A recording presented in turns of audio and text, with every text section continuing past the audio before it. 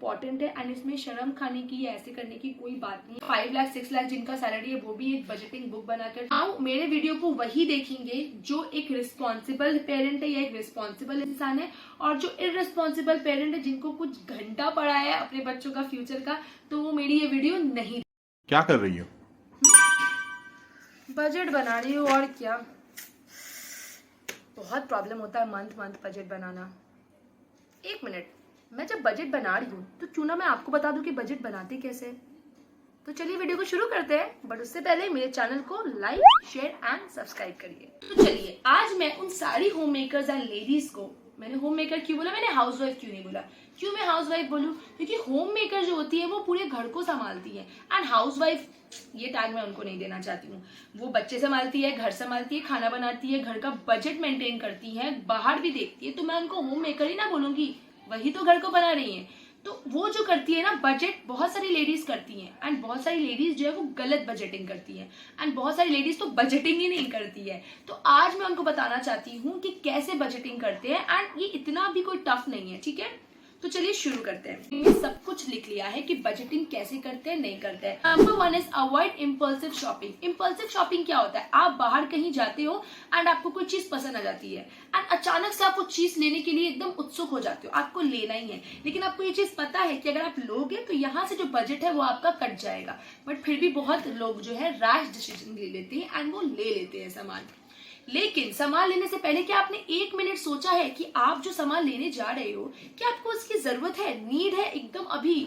अगर आंसर आए नो तो मत लेना, क्योंकि अभी जो आप ले लोगे ना बाद में आपका बजट जो है वो हिल जाएगा। आप बाद में थोड़े थोड़े पैसे सेव करके वो चीज ले सकते हो। आई नो वो चीज वापस नहीं मिलेगा, बट क्या है यार, रेप्लिका तो हर वक्त आता है, हर जगह आता है। नाउ आप जो सामान ले रहे हो वो आप लेते हो अपने शौक के लिए, अभी आपको कोई नीड नहीं है। तो आप जब सुपरमार्केट जाते हो, मॉल्स जाते हो, तो आपको जो है ना पसंद आ जाता है कुछ, तो आपको अगर पसंद आ रहा है ना तो वही चीज आप ट्राई करो कि ऑनलाइन या फिर वो बाहर मिल जाए, क्योंकि बाहर में वही चीजों का जो प्राइस है ना वो 560 600 करके है।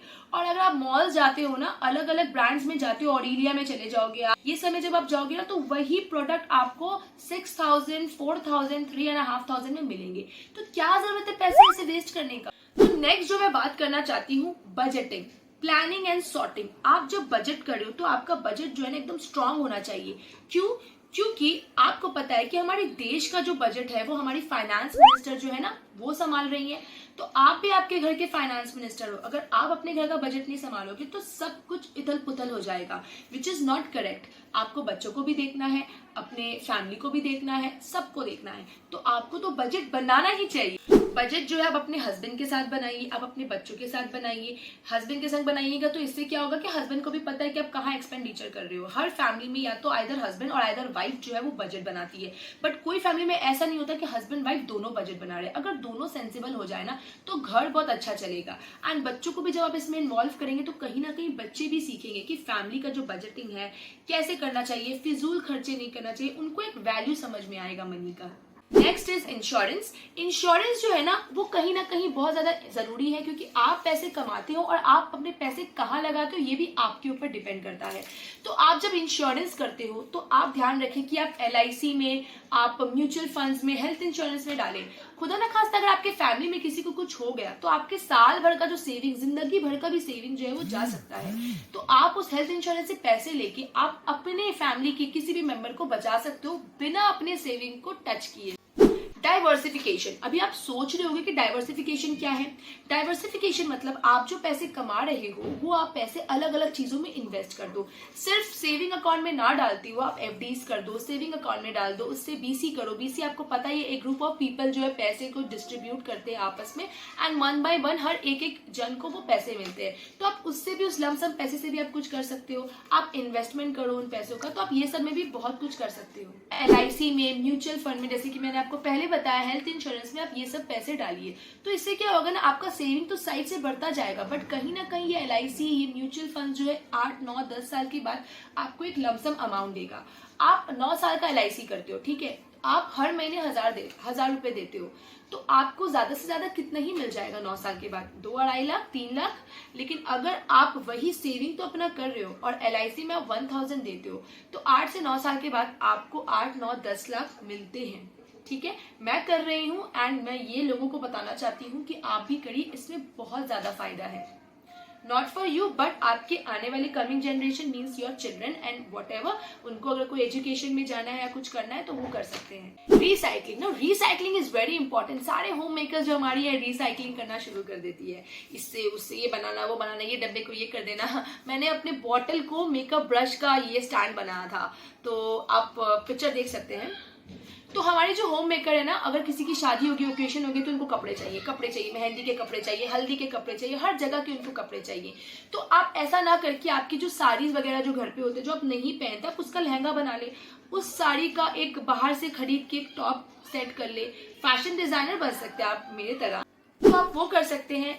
आप वेजिटेबल स्क्रैप, जो आप सब्जी काटते हैं उनका जो स्क्रैप निकलता है, आप उसको धो के छत पे सुखा के आप उसका डिटर्जेंट बना सकते हैं। जी हाँ, आप YouTube में भी देख सकते हैं कि इसका डिटर्जेंट कैसे बनता है। तो बच गए ना आपके डिटर्जेंट के पैसे।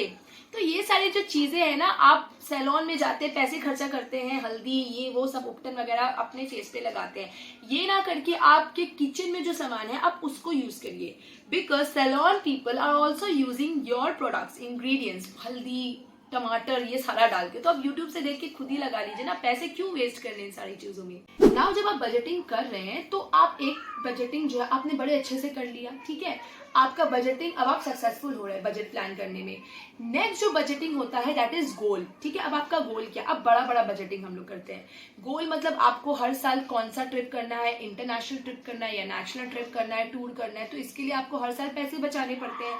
फिर आपका बच्चे का एजुकेशन हो जाता है, आपको पता है कि आपका बच्चा जो है अगले साल डॉक्टर के लिए अप्लाई करने वाला है, मेडिकल्स के लिए अप्लाई करने वाला है, या IT IEM के लिए अप्लाई करने वाला है, तो आप उसके लिए भी अभी से पैसा जो है सेव करना शुरू कर देते हैं। तो बजटिंग में गोल्स भी बहुत इंपॉर्टेंट रोल जो है वो प्ले करता है। फिक्स्ड एक्सपेंस की बात करते हैं। फिक्स्ड एक्सपेंस में क्या आता है, देखिए स्क्रीन के ऊपर आपको एक चार्ट दिख रही है। तो सबसे पहले तो ग्रोसरी होता है, आटा, मैदा, चावल, तेल, दाल, ये सब होती हैं। फिर सब्जियां होती हैं, वेजीज, फ्रूट्स होते हैं। ये आपके विश के ऊपर, आपको खाना है फ्रूट्स या नहीं, बट वेजीज तो होते ही हैं। डेयरी प्रोडक्ट्स में आपका चीज, बटर, घी एंड ये सारी चीजें, घी वगैरह, मिल्क आ जाते हैं। देन वीकेंड में सैटरडे संडे, मंथ में तो कम से कम सैटरडे संडे 4 बार आ ही जाता है। तो कोशिश करें कि उस पर्टिकुलर मंथ में 2 से 3 हजार से ज्यादा जो है वो खर्च ना हो, क्योंकि इससे ज्यादा खर्च होगा तो फिर आपका बजट हिल जाएगा। तो आप हर मंथ जो है, हर वीकेंड, सैटरडे संडे आप जाएं या ना जाए, एक बार में 2-3 हजार खर्चे कर दें, ये आपके ऊपर है। अगर आपको उससे भी कम करना है तो well and good, thumbs up to you. So yeah this is the thing. Now अगर मैं आपको बताऊंगी कि ग्रोसरी शॉपिंग कहाँ से करनी है, तो आप जो है ऑनलाइन ग्रोसरी शॉपिंग करें, फ्लिपकार्ट से ग्रोसरी से, या फिर आप जियो मार्ट से कर ले। क्योंकि रिटेल से जो आप लेने जाएंगे, मॉल तो सोचिए मत, मॉल तो आपको जाना ही नहीं है। मॉल से जब नीचे आते हैं रिटेलर दुकान में, तो उससे भी नीचे आ जाइए Flipkart and Jio mart, because ये डायरेक्ट होलसेलर से जो है ये प्रोडक्ट्स लाते हैं एंड 3 रुपए 2 रुपए तो आपको कम मिल ही जाएगा।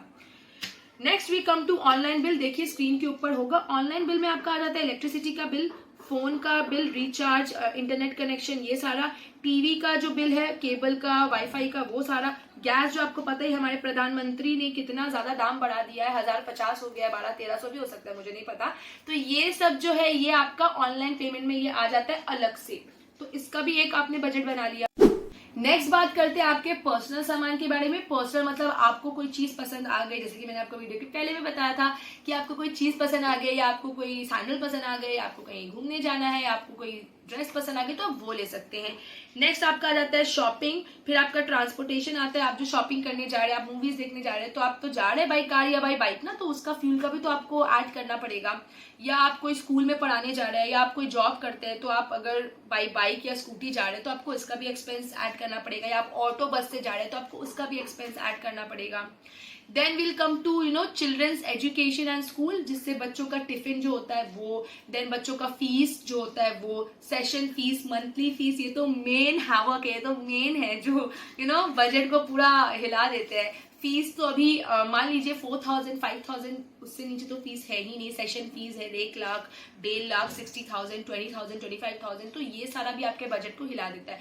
तो आपको इसका भी एक अलग से बजट प्लानिंग करना है, क्योंकि बच्चा जब नेक्स्ट क्लास चढ़ेगा सेशन तो आपको तो देना ही पड़ेगा वो सेशन, नहीं तो बच्चा क्लास नहीं जा पाएगा। नेक्स्ट जो हो गया आपका शूटिंग एक्सपेंस। अगर आप यूट्यूबर है, व्लॉगर है, तो आपका शूटिंग एक्सपेंस जो होता है, आपका कहाँ आप जा रहे हैं, क्या प्रोडक्ट्स मंगा रहे हैं, प्रोडक्ट रिव्यू, ये सारा आपको करना है एक्सपेंस बजटिंग सॉर्टिंग, अगर आप एक यूट्यूबर है तो।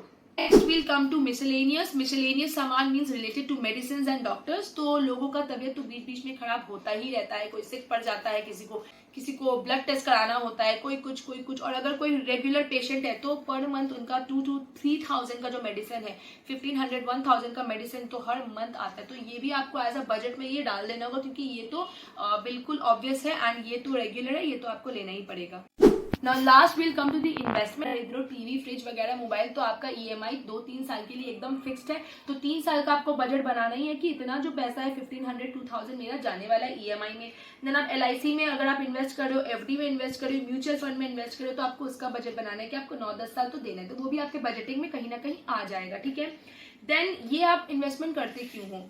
कोई अगर सिक हो गया, बीमार पड़ गया, उसके लिए करते हो, अपने ओल्ड एज को बेटर करने के लिए आप करते हो। ओल्ड एज में अगर आपके बच्चे ने आपका साथ दिया या नहीं दिया तो आप उसके लिए इन्वेस्टमेंट करते हो कि जो पैसा आएगा आप उससे कुछ कर सकते हो।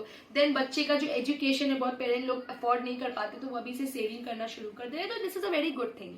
नाउ ये जो एक प्लानिंग है, जो बजटिंग है, ये बहुत ज्यादा इंपॉर्टेंट है एंड इसमें शर्म खाने की या ऐसे करने की कोई बात नहीं है, क्योंकि मैंने देखा है जो डॉक्टर्स 5 लाख 6 लाख जिनका सैलरी है वो भी एक बजटिंग बुक बनाकर चल रहे हैं। यस, मेरे कलीग्स जो है वो भी एक बजटिंग बुक बना के चल रहे हैं, क्योंकि ये जो है एक बहुत ही अच्छा हैबिट है, आपको ये लॉन्ग रन में बहुत आगे लेके जाएगा। मुझसे पूछे कोविड में जितने भी लोग थे जिन्होंने बजटिंग किया है उनका कोविड बहुत अच्छा गया, और जिन्होंने बजटिंग नहीं किया बहुत लोगों ने सुसाइड कर लिया, बहुत लोग मर चुके हैं एंड बहुत लोग एक मेंटल प्रेशर से गुजर चुके हैं एंड उनको अब समझ में आया है कि सेविंग और बजटिंग करना कितना इंपॉर्टेंट है। देखिए स्क्रीन में मैं आपको एक चीज दिखाती हूँ, यहाँ लिखा है income minus expense is equal to saving. ये चीज रॉन्ग है। आप जो चीज कमा रहे हैं पहले आप पूरा खर्चा कर देंगे, आप उसके बाद सेविंग करेंगे क्या? नहीं। Income minus saving equals to expense. आपने जितना कमाया पहले आपने सेविंग का पैसा हटा दिया, उसके बाद जो बचा आपने एक्सपेंड किया, उसके बाद जो बता आपने खर्चे किए, तो वही चीज जो वो सही है।